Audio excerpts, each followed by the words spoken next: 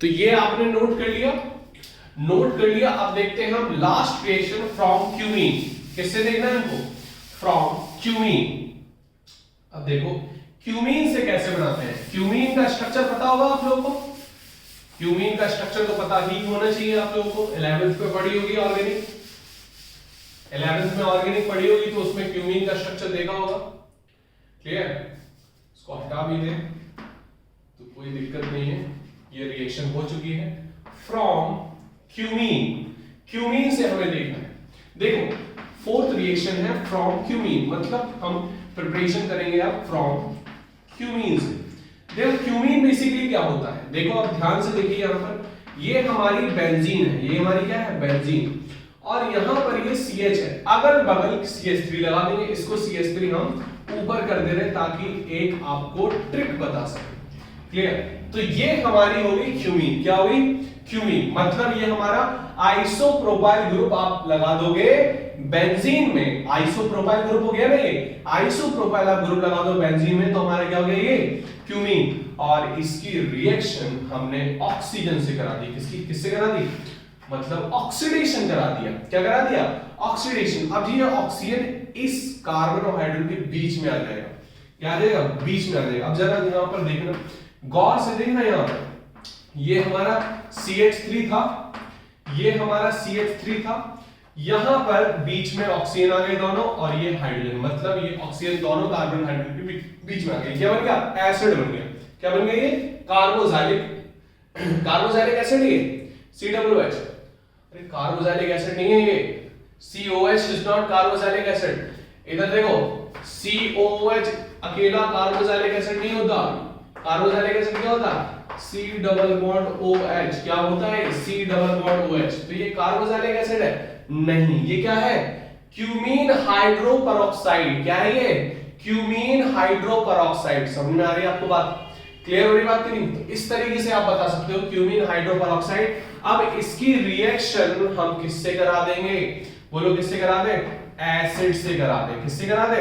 Acidic water से करा दो। किससे करा दो? एसिडिक वाटर से करा दो आप। क्लियर? तो जब हम एसिडिक वाटर से, मतलब क्योंकि एसिड जो H+ है वो अकेला नहीं रहता, वो पानी के साथ रहता है। सॉल्वेंट वाटर ले लिया तो H+ पानी के साथ रहेगा, हाइड्रोनियम आयन बन जाएगा H3O+, तो हमारा बन क्या जाएगा यहां पर?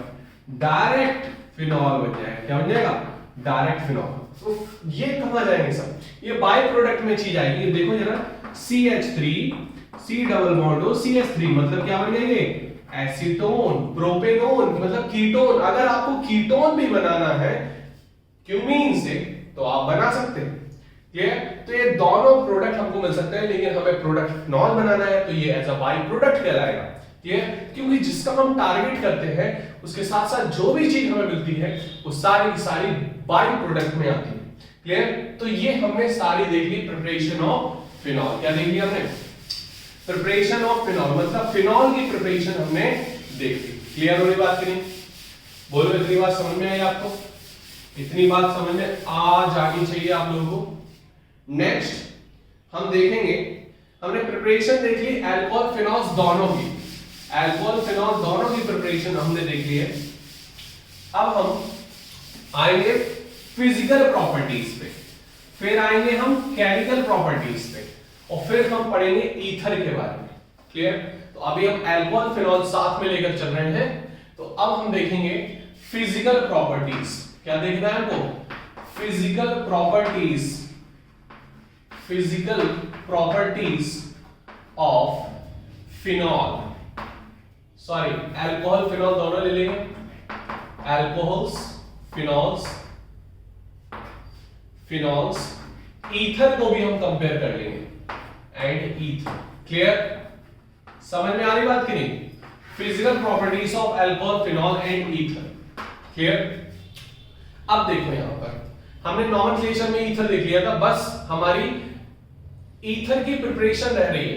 क्लियर? तो वो हम ईथर जो है वो लास्ट सेक्शन में देखेंगे सीधे, क्योंकि अल्कोहल फिनॉल हमें साथ में करना है। क्लियर? तो जिस तरीके से हमने हेलो अल्कीन पहले देखा था, हेलो अल्कीन बाद में, ठीक है? तो इस तरीके से हमने अल्कोहल फिनॉल अभी देख लिया। अब देखो फिजिकल प्रॉपर्टीज में क्या है कि आपको ये देखना है कि अल्कोहल क्या है हमारा? ROH। क्या है? ROH। और फिनॉल क्या है हमारा?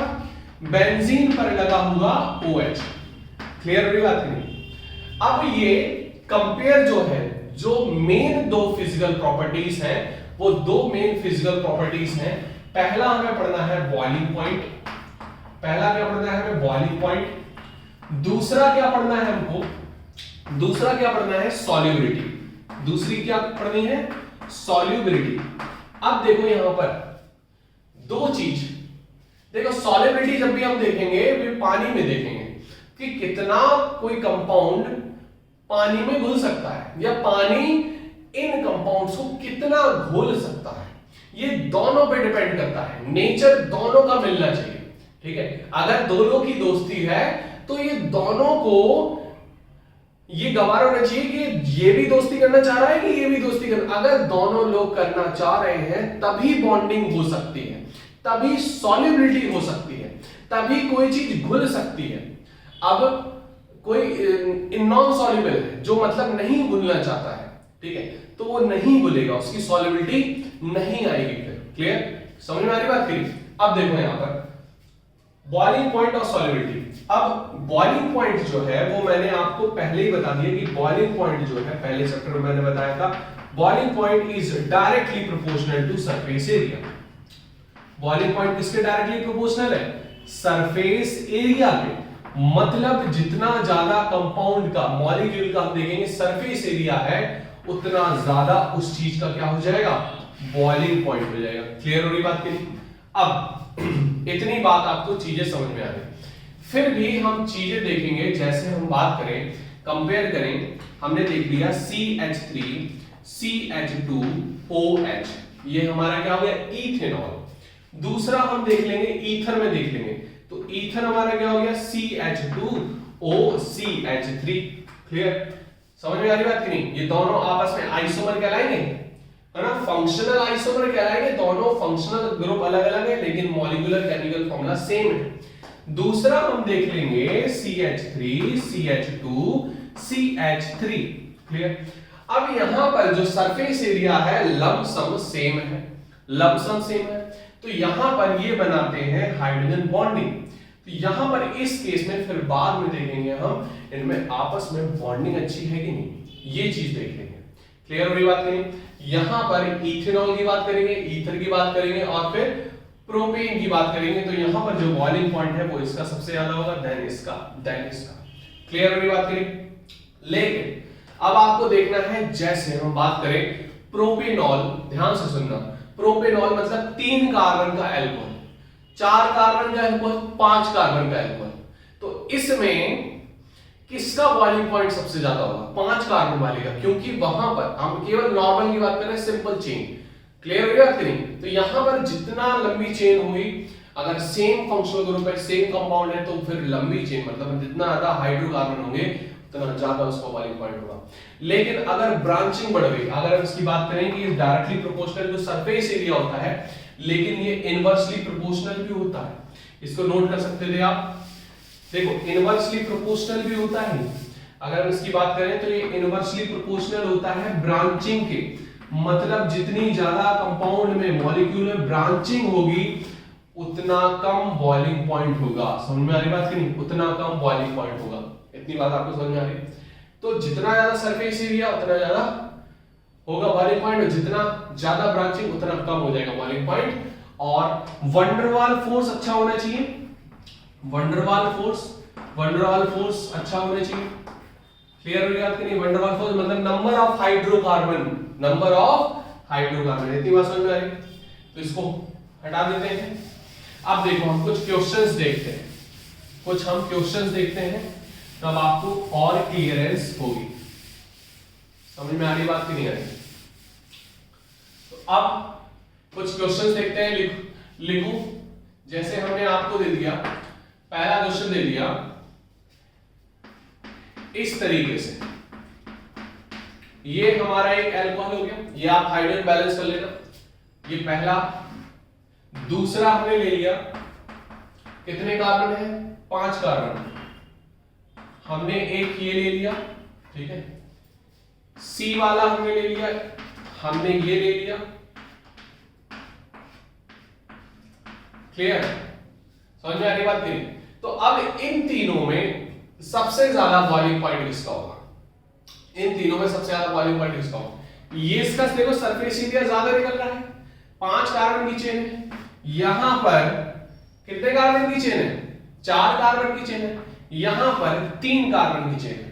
तो यहां पर आप एक चीज और देख रहे हो, ये तो चेन भी कम हो रही है और ब्रांचिंग बढ़ रही है, यहां पर एक ब्रांच, यहां पर 2 ब्रांच। तो सर जो बॉइलिंग पॉइंट है सरफेस एरिया डायरेक्टली प्रोपोर्शनल और इनवर्सली प्रोपोर्शनल टू ब्रांचिंग। तो सबसे ज्यादा बॉइलिंग पॉइंट किसका होगा? बॉइलिंग पॉइंट का ऑर्डर क्या हो जाएगा? A, then B, then C. क्या हो जाएगा? A, B and C. So note करो फटाफट, इस टाइप के क्वेश्चंस आ सकते हैं आपके पास।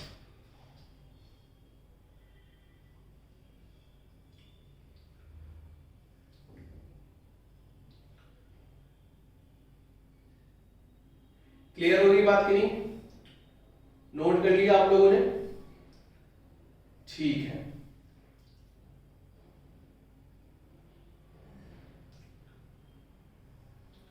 नेक्स्ट हम देखेंगे एक छोटा सा एग्जांपल है